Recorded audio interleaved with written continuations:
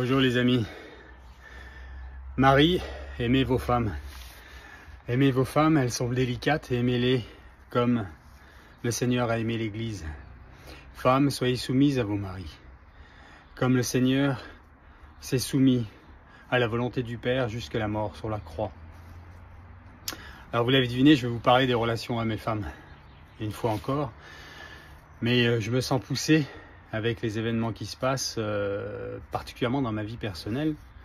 Mais ça fait écho évidemment dans le monde d'aujourd'hui et on n'en parle pas assez. Ou plutôt, on en parle beaucoup, mais que dans des... je vais prendre l'exemple des chaînes YouTube. On n'en parle que dans des chaînes YouTube du monde, qui ne sont pas du tout christocentrées. On en parle vraiment beaucoup, des relations hommes et femmes. Mais c'est jamais à la lumière du Christ. Et ici, je vais le faire, avec l'aide de l'Esprit Saint, qui, je pense, me le demande. Je vous donne par exemple comme axe de début et de conversation, ou de monologue pour le coup, l'exemple que j'ai eu. Alors j'en ai souvent, mais là je peux prendre celui que j'ai eu hier.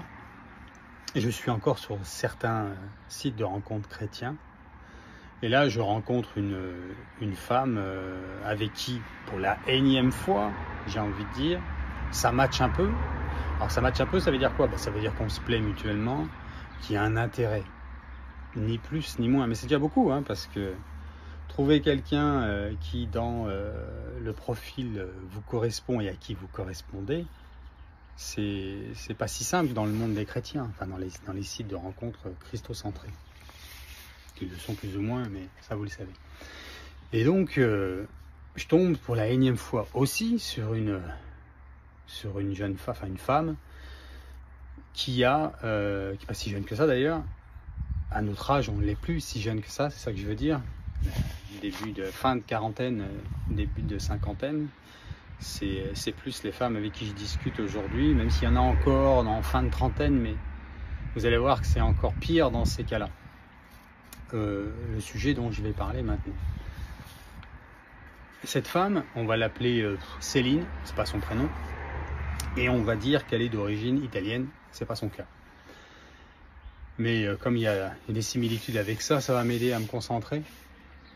Donc Céline a eu un enfant, un garçon, on va dire, de 8 ans, qu'on va appeler Eric. Avec son ex, qu'elle a connu à 33 ans, elle a aujourd'hui 50 ans cette femme, elle a connu à 33 ans son ex. Et ils ont eu un enfant, elle avait 42, donc 10 ans plus tard, 9 ans plus tard, il y a 8 ans. Et femme honnête, je vais vous dire des choses, on va mettre en exergue des problèmes des hommes et des femmes, pas à prendre parti là-dedans. L'intérêt du sujet, ça va être la volonté du Seigneur et la lumière du Christ, la vérité qui va là-dessus. Et donc il va falloir être courageux, se regarder, les hommes comme les femmes qui regardent cette vidéo. Je vous invite à être courageux et dire, c'est vrai que peut-être que moi je déconne à ce niveau-là et que j'ai du travail à faire, au vu de me remettre, de me mettre en règle avec le Seigneur. C'est ça qu'il faut se poser comme question. Il n'y a que ça qui a intérêt, qui est vrai d'ailleurs, parce que c'est en étant en règle avec le Seigneur qu'on va pouvoir avoir une relation saine et vraie, profonde, épanouie, qui dans la dureté, oui, dans le plan de Dieu, tout simplement. Comment vouloir une relation une fois qu'on est chrétien en dehors du plan de Dieu? On est paumé dans ce cas-là, alors. On en est encore là. Dans ce cas-là, je ne peux pas vous aider. Et cette vidéo n'est vraiment pas faite pour vous. Et donc, cette jeune femme, Céline, me dit, à juste titre, je lui demande pourquoi ils se sont séparés, d'une manière légère, courtoise, en m'excusant d'entrer dans des termes, dans des discussions lourdes, puisque c'est vrai qu'il faut aussi respecter le besoin d'être séduit qu'a une femme séduite, pour créer un intérêt. Tout ça, c'est les lois de la nature, c'est comme ça. Donc je l'amène. Je suis assez expérimenté quand même aujourd'hui, donc je l'amène d'une manière pas désagréable pour elle, pas qu'elle se braque évidemment, mais en même temps pour avoir à épurer les questions essentielles. J'ai plus de temps à perdre et je veux pas en faire perdre à qui que ce soit non plus.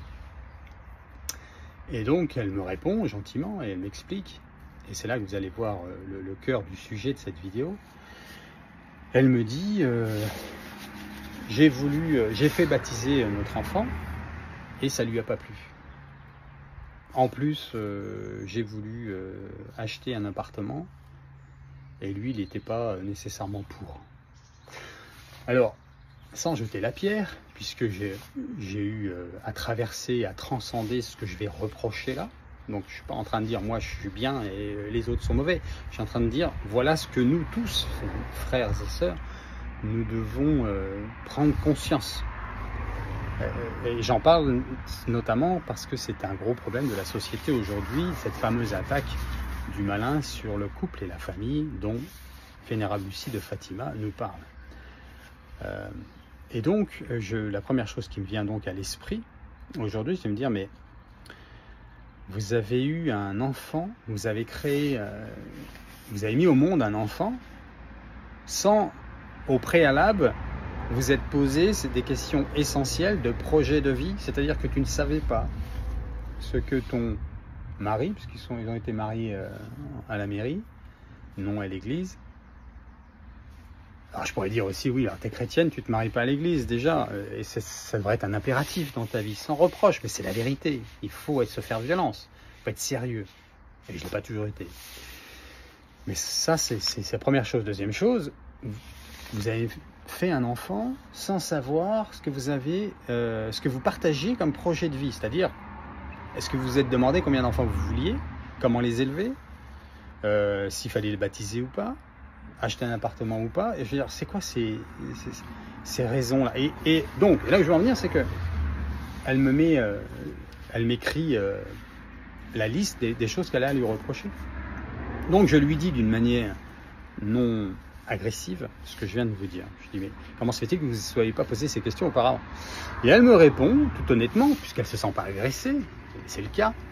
Elle me dit, bon, bah, c'est parce qu'en fait, oui, c'est vrai, elle me dit, j'étais à Lourdes, là, et puis je pensais rentrer dans le célibat. Alors, souvent, les femmes déçues décident de rentrer dans le célibat. C'est compréhensif au niveau humain, au niveau émotionnel. Et elle tombe sur une application, on lui parle de cette application, elle dit bon bah je vais tenter. Et elle me dit je tombe sur vous, et c'est vrai que ça me fait écho ce que vous me dites, je vais pondérer tout ça parce que je sens que c'est important de réfléchir là-dessus, et c'est pas exactement ces mots mais c'est ce qu'elle veut dire. Et elle me dit bah et le destin ou le Seigneur choisira ce qu'il en adviendra, pardon. Alors, pourquoi je vous parle de ça? Je vous parle de ça parce que moi qui ai fait l'expérience de vouloir rencontrer beaucoup de femmes, le jour où je me sentais prêt pour devenir un époux et un père, et surtout le jour où je me suis rendu compte que j'avais comme tout homme, quasiment 99,99%, j'avais un problème, j'avais à peu près 44-45 ans. Le jour où je me suis rendu compte que je n'avais jamais vraiment abordé une femme de ma vie cash, m'être déplacé, d'aller la voir et d'une certaine manière dire tu me plais, j'aimerais bien te connaître. J'avais jamais fait ça. Alors, petite parenthèse, c'est vrai que je n'ai pas eu à le faire puisque, comme certains, pas beaucoup, mais pas la majorité plutôt, comme certains, j'ai bénéficié d'une jeunesse un peu... en tout cas très dynamique. J'étais plutôt beau gosse dans la moyenne, j'étais intéressant parce que je faisais des choses qui faisaient rire et qui plaisaient aux femmes, comme la musique. J'étais batteur dans un groupe de rock, j'ai été entrepreneur, j'ai beaucoup voyagé, donc j'avais une certaine aura sans être un de ces bad boys beau gosse, vraiment. Je n'ai jamais vraiment été ça, mais... Et donc c'est vers 44 ans, ouais, c'est ça, que je me rends compte, en vieillissant évidemment, ayant perdu toute cette énergie de fougue de jeunesse, plutôt l'ayant dépensée, à juste titre, tout va bien à ce niveau-là, c'était normal. Je me rends compte que si je fais pas d'effort, ça va moins venir à moi. les femmes. Et c'est là que je me rends compte que, ah mais Cyril, en fait, t'as jamais vraiment abordé une fille qui te plaisait. T'as pas vraiment eu besoin de le faire, mais c'est une vérité. Et je me remémore ma vie, je me dis, tiens, et ça me met un peu en colère. Je dis, mais dis donc, en fait, Cyril, t'as un problème à ce niveau-là, t'as peur. Et je découvre en creusant que 99% des hommes dans le monde sont incapables d'aborder une femme, une inconnue dans la rue. Donc déjà, ça me soulage, je me dis, t'es pas tout seul. Et ben, je décide de m'y mettre. Je dis, bah, moi, je veux remédier à ça. Ça m'intéresse, je trouve ça très intéressant. Et comme j'étais déjà catholique, converti, je décide d'en parler à 2 prêtres amis et leur dire, bon, je vais me lancer dans un truc là, ça va être chaud. Ça peut être scabreux, donc je vais me confesser plus souvent et puis je compte sur vous pour m'aider à discerner. Et donc pendant une période qui a duré presque 1 an, j'ai dû aborder, je vous dis, je l'ai déjà dit, près de 500 femmes. Ça m'arrivait d'en aborder entre 5 et 10 par jour pendant des périodes. Et je suis passé de la flip totale à la première à ce qu'on arrive à faire. Tout ce qu'on pratique, ben, on devient meilleur dans ce qu'on pratique beaucoup. Practice makes perfect, on dit en anglais. Eh bien, je suis passé par des étapes. Au début, pour la petite histoire, j'abordais toutes les jolies filles que je croisais. Puis quand j'ai été capable de faire ça, je me suis mis à aborder seulement celles qui me plaisaient. Alors, il y en avait déjà beaucoup moins finalement. Mais j'étais même pas conscient de ça au départ. Mais là, je commence à prendre conscience qu'en fait, toutes les jolies filles ne me plaisent pas. Je vous parle dans le processus chronologique. Et puis, eh ben, je me rends compte, après la énième et la énième, que, en fait, la plupart des femmes françaises, alors, je vous parle de mon expérience, c'est pas pour jeter la pierre aux femmes françaises, même si c'est pas des saintes non plus, mais c'est pas le but, quoi. Je veux dire, je suis pas en train de pointer du doigt, je vous parle de mon expérience. Donc évidemment, je vais vous parler des femmes, puisque mon expérience, c'est pas d'aborder des mecs. Donc ne faites pas le reproche, si tant est vous en ayez envie, de ne parler que des filles. Mais je vais parler des hommes, ne vous inquiétez pas. Et donc, je me rends compte qu'en fait, je ne peux rien construire avec une femme française lambda, quoi. Aussi jolie qu'elle soit, aussi intéressante. Parce que c'est vrai que quand tu es christocentré, bah, ça change tout dans ta vie.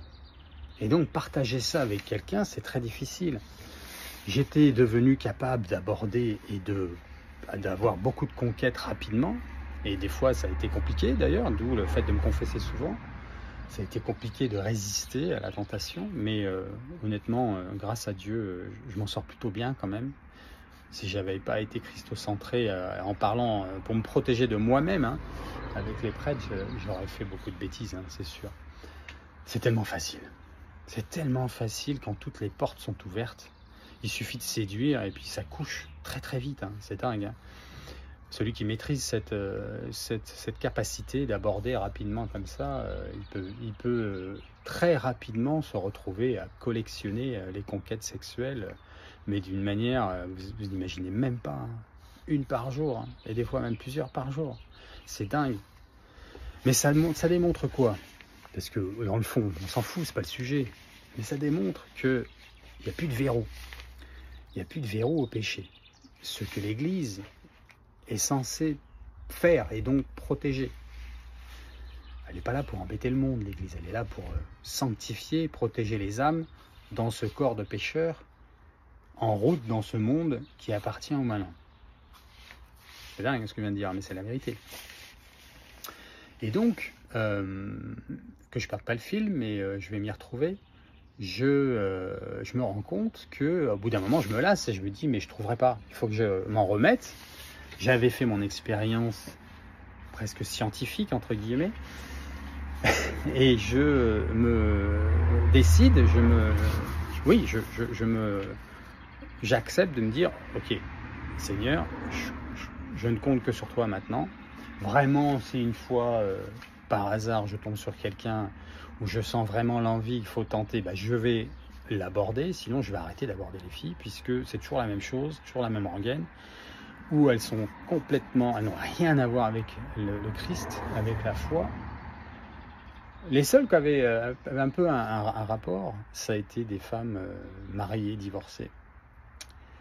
Et d'ailleurs, apparemment, le Seigneur m'a mis sur la route de certaines, plusieurs, hein, vraiment, hein, qui étaient divorcées, et de fait de se rencontrer, ça leur a permis de réfléchir, et peut-être certaines sont retournées vers leur mari, ou alors ont fait la démarche de faire très attention à dans quelle situation ils se trouvaient, d'en prendre conscience. Le Seigneur utilise des voies complètement tordues pour faire des chemins bien droits, hein, on le sait.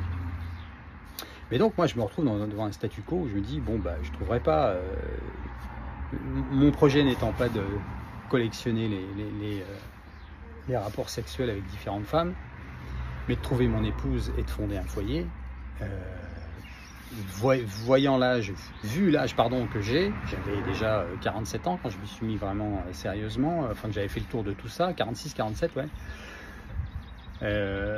Donc, parce que oui, je fais une parenthèse, je suis conscient aussi que, voilà, on ne peut pas être et avoir été.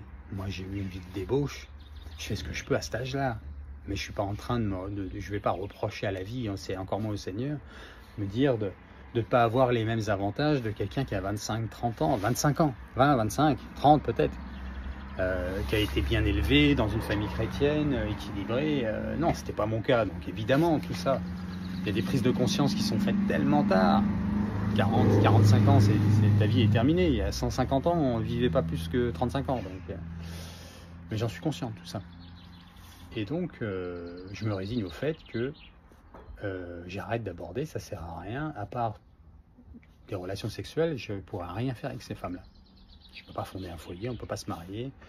Elles n'en sont même pas conscientes, il y a un travail de fond à faire que je ne pourrais pas faire, c'est trop... Puis je ne pense pas qu'on m'appelle à faire ça. Tu ne te maries pas avec quelqu'un dans l'espérance de l'échanger, je veux dire. Non, ça c'est une connerie sans nom. Ça m'est arrivé aussi dans ma jeunesse. Là. Et donc... mais je rencontre aussi beaucoup de femmes depuis ces 47-48 ans.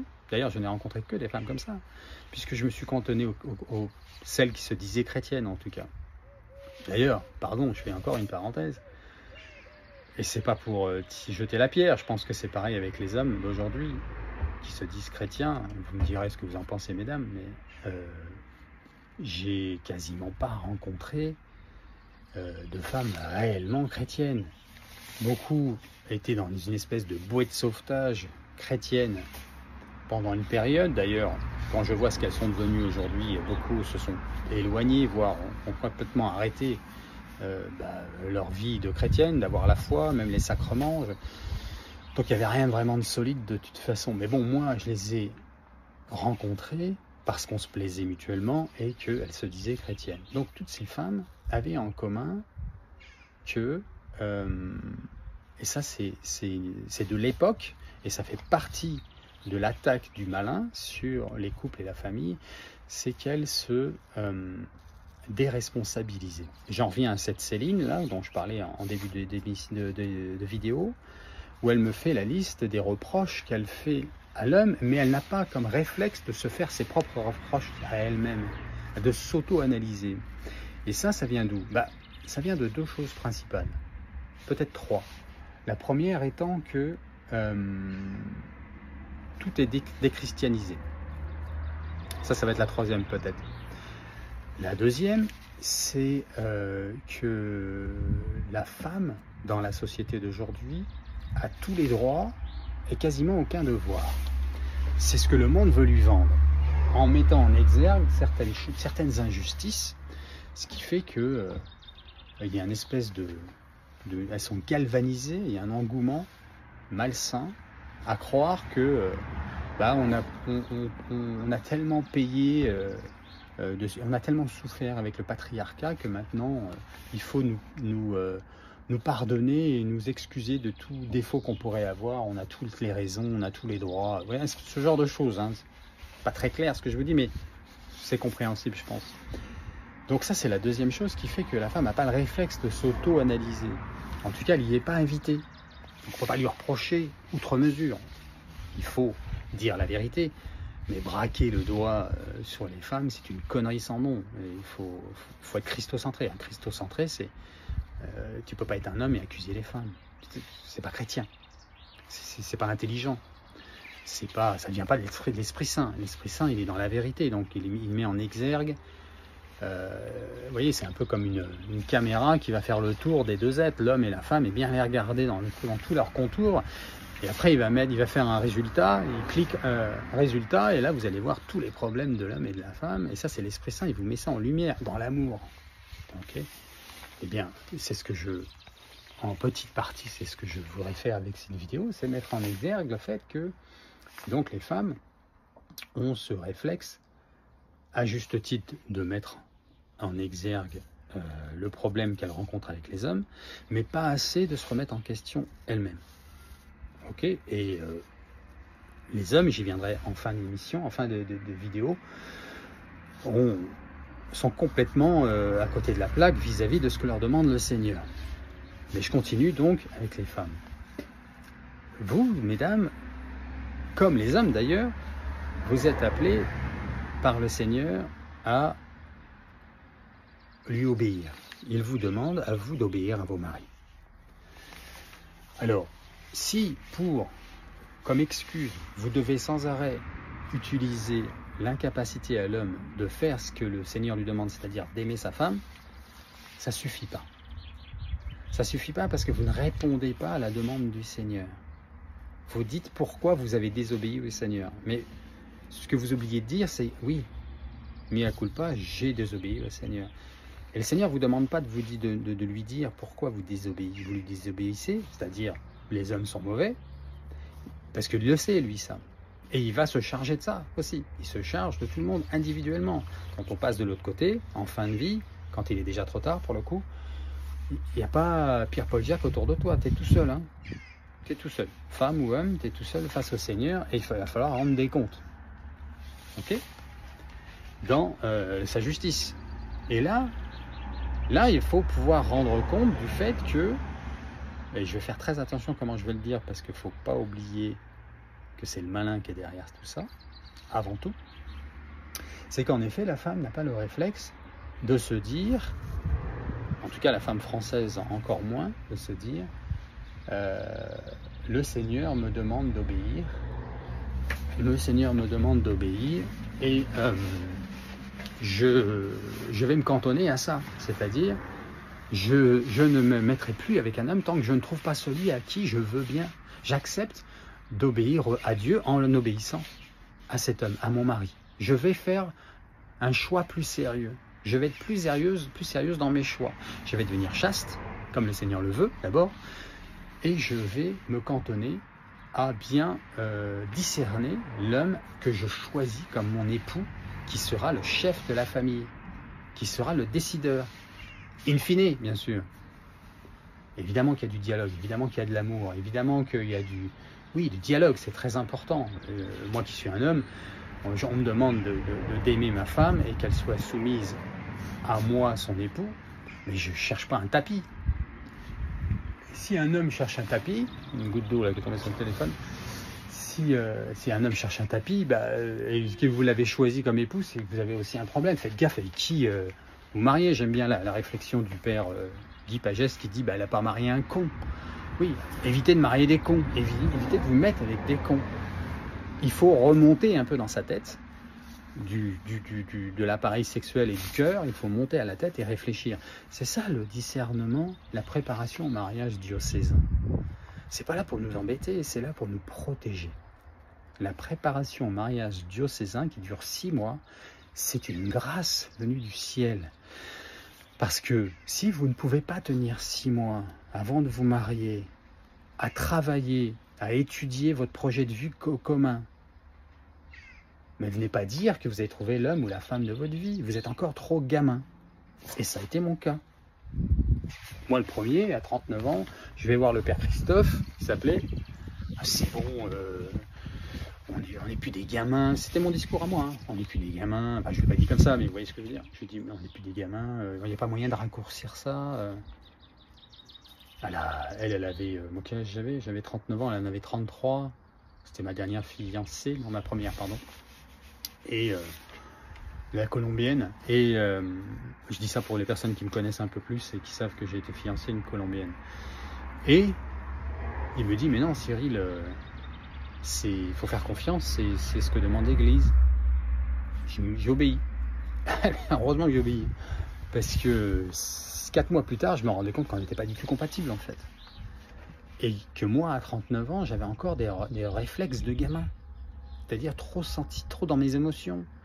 Alors, c'était quand même... j'ai oublié de faire une petite parenthèse personnelle. C'est-à-dire que c'est vrai que j'étais un peu trop, pour le coup, pas du tout dans les émotions, mais dans le calcul de me dire, c'est bon, elle est jolie, elle est catholique. Qu'est-ce que je risque? Qu'est-ce qu'on risque ensemble? On va s'aimer, on fera le... Voilà, on s'était bien passé, on s'était vu à Sydney, on s'était rencontrés en Australie à Sydney, à l'étudier là-bas. Moi, je bossais en Californie en ce temps-là. Puis c'était cool, c'était bien, ça avait l'air sérieux, mais c'est vrai qu'au bout de 4 mois, on s'est rendu compte que domestiquement, on n'était pas compatible. Il y avait quelque chose qui ne fonctionnait pas du tout. Et il n'y avait vraiment pas assez d'amour, en fait. Il n'y avait pas assez d'amour l'un pour l'autre, surtout moi pour elle, en fait. Je ne peux pas me mettre à sa place, mais je crois que c'était partagé. Parce que il ne peut pas y en avoir qu'un vraiment qui aime à fond. Sinon, c'est vraiment que du sentimental et in fine, on peut décrocher de ça. Enfin bon, je ne vais pas faire m'étaler plus à ce sujet pour en venir que il faut remonter dans notre tête. Hein, j'en appelle à tous ceux qui ont un problème à ce niveau-là en ce moment. Hein, il y en a beaucoup, il faut croire. Des jeunes et des moins jeunes, puisqu'on souffre d'une crise à cette époque, cette attaque du malin sur le couple et la famille, où les femmes et les hommes sont plus en face les uns des autres, les uns contre les autres. Et ça vient du fait qu'en effet, on s'est éloigné de la parole de Dieu. Les hommes, devenez chastes et cantonnez-vous à rechercher votre épouse, celle qui acceptera de vous obéir et que vous décidez, que vous choisissez comme épouse pour qui vous allez vous concentrer, vous sacrifier, vous donner votre vie. Pardon, on cherche mes mots. Parce que c'est ça que demande le Seigneur. Il demande un engagement total. On est des chrétiens, catholiques, pas catholiques d'ailleurs. Donc c'est un engagement total. Donc je vous invite, vous les hommes, à ne rechercher dans la chasteté que des femmes qui sont soumises à leur mari, avec qui vous aurez une très belle relation nonobstant, parce que ça n'est pas que ça. Ça, ce sont les garde-fous qu'a mis le Seigneur en place. Le garde-fou, c'est de faire gaffe les hommes. Vous devez aimer vos femmes, elles sont plus fragiles, elles sont plus délicates que vous. Et vous, mesdames, c'est votre nature d'être trop dans les sentiments et les émotions, donc vous devez obéir à votre mari. Mais choisissez-le, votre époux. Prenez pas un con. Et là, les choses sont à leur place.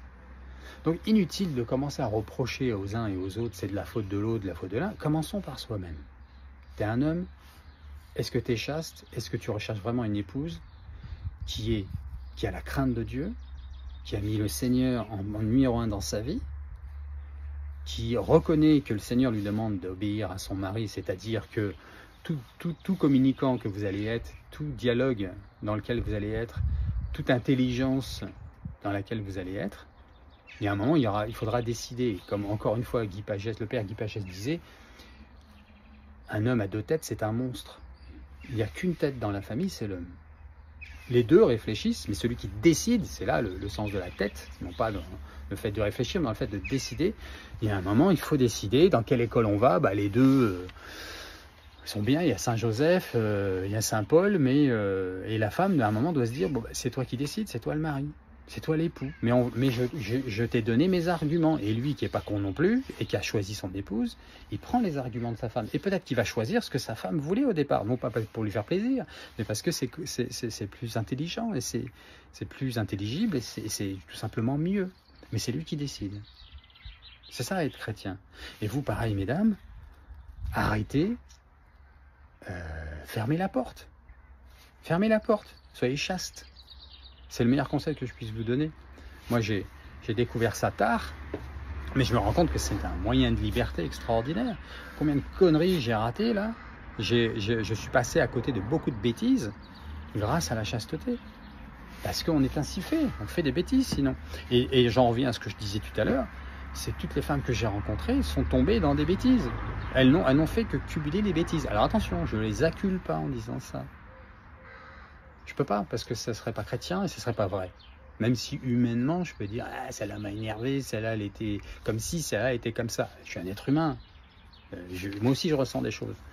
Mais si je me christocentre, je sais que les pauvres chéries, elles sont attaquées énormément aussi.